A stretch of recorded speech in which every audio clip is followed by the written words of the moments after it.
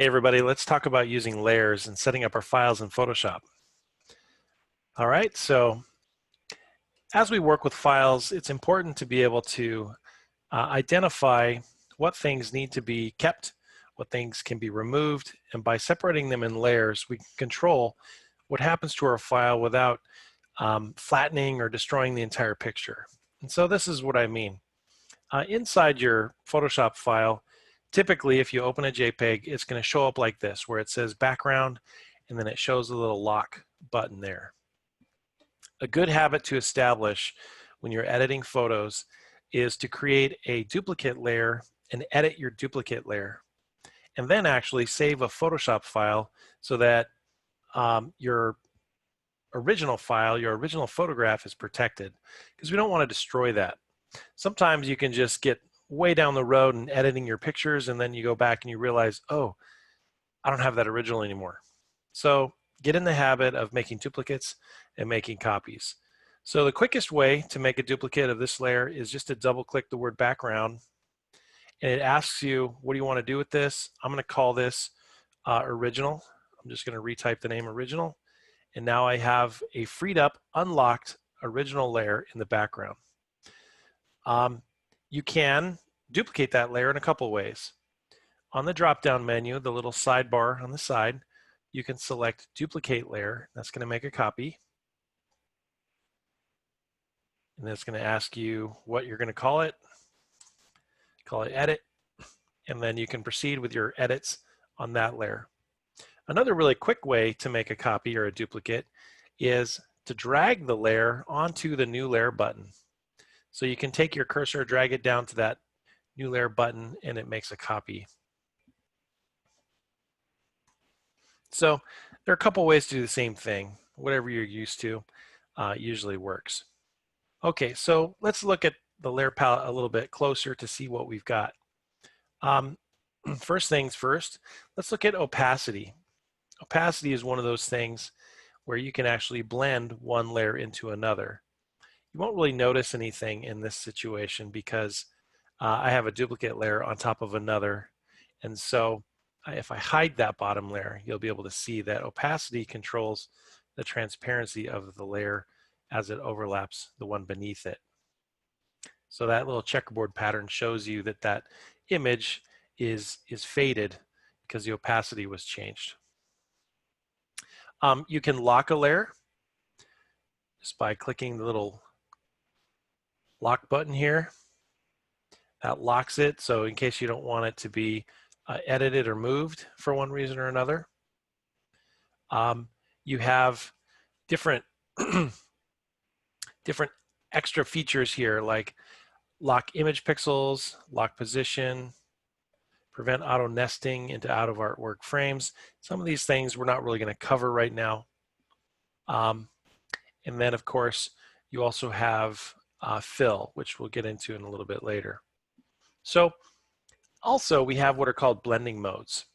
And to be able to show what that is, let's try something first. I'm going to do a color adjustment on this editing layer, and then we'll show what blending modes do. So I'm going to go to the image menu, and I'm just going to use an adjustment. And for now, I'm just going to do a hue and saturation adjustment. And I'm going to colorize this picture and beef up the saturation, move the slider maybe toward kind of a bluish color, and then click OK. So here I have this really washed out kind of turquoise color that I've applied to that edit layer. And let me turn back the original on. Watch what happens when I use blending modes. So there is normal, and that basically means that the layer is opaque, so that it completely covers the layer beneath it. But the blending modes create different combinations between the two pieces. So a lot of them you learn what they do just by trying them out. So you have like darken, multiply, color burn, linear burn, darken. Some of them use different, photo filter type effects where you're actually inverting the color because you're applying more, or you're darkening the color because you're adding to, it's additive. Um, you can see how these different adjustments affect the picture underneath. Where this becomes really useful is when you're trying to do special effects to your pictures and create something that is maybe out of the ordinary, or enhance something, or restore something as you're working. And I find that sometimes it's just a good idea to experiment and see what happens when you start using the different combinations. Of course, this particular combination is affected by the color choice I made on the topmost picture. But let's say I left it on like overlay. And then I adjusted the opacity. You can see if I did it just slightly, what it's actually doing is it's adding a bluish tint to the overall picture, because I've controlled both the overlay of the color and then the opacity and the transparency, so it blends with the object underneath. And so those things can be used in combination with one another, that overlay or that opacity setting. Okay, here's another thing you can do to kind of organize yourself as you work through your layers. There's also a group feature. So if you go onto the drop-down menu, you can select New Group. And I'm going to call this, Edits. And I can drag and drop that edited layer into that Edits folder. And I can collapse it by clicking the little arrow. And basically what that does for me is it helps me organize my layers. Sometimes when you're working in Photoshop, you can get dozens and dozens of layers in there, and it fills up your space, and it can be hard to navigate through and organize what you're doing. And so look for that little grouping feature. You can group those as needed. I'm going to turn that off. So there again, clicking that eyeball is what turns the layer on and off.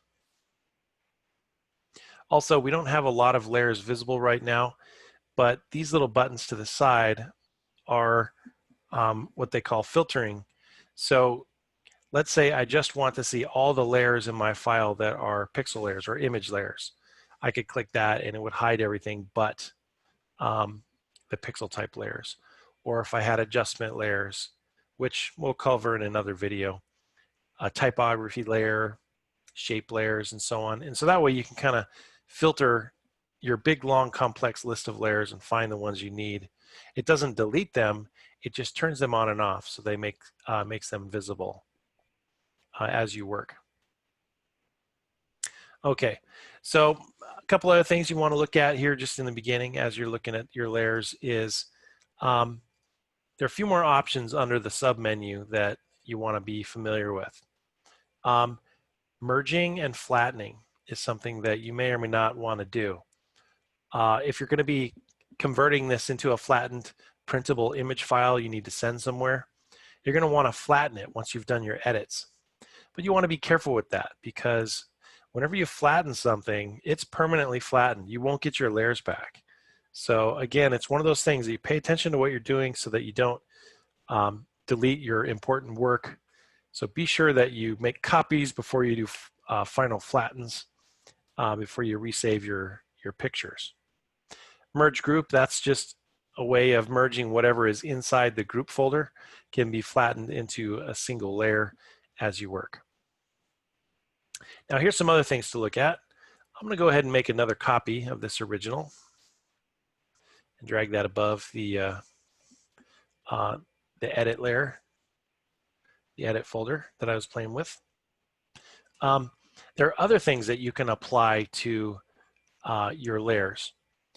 If you look down on the layer palette, there are a few other things. Layer styles, layer masks, adjustment layers.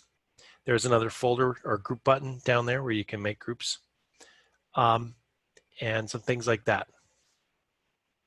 Let's look at if I add a mask. I'm going to have another video that goes into actually how masks work, but this is something I want to identify for you. There are these extra little masking layers, and you tell that there's a mask because it has this extra white square as the icon there in your layer palette. So Notice how when you click on one or the other, it's selected. So if I have the image selected, it highlights it with a frame. If I have the mask selected, it's highlighted with a frame. And any of those things can be renamed by just double clicking on the word.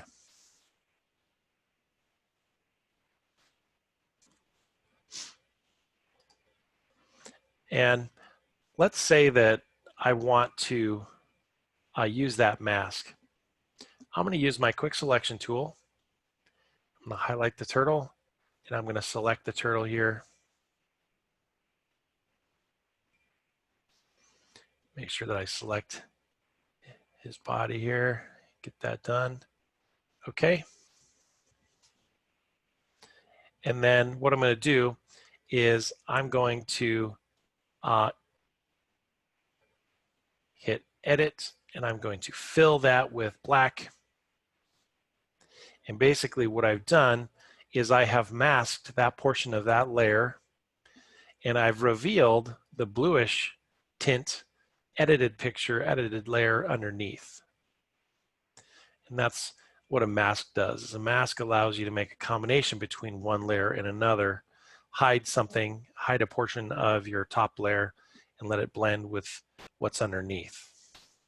Okay, the last thing I want to do with this is just mention that whenever you're finished working on your files, it's a good idea to do a save as and save as a Photoshop file. You always want to keep your Photoshop files. Don't delete them, hang on to them, keep those master files, because if you lose them, you'll have to start over because all your layers will be gone and you won't be able to re-edit your file once you move on to another thing. All right, so that's some of the basics of working with layers, messing around with the layer palette. Check back later for more videos and see you next time. See you guys.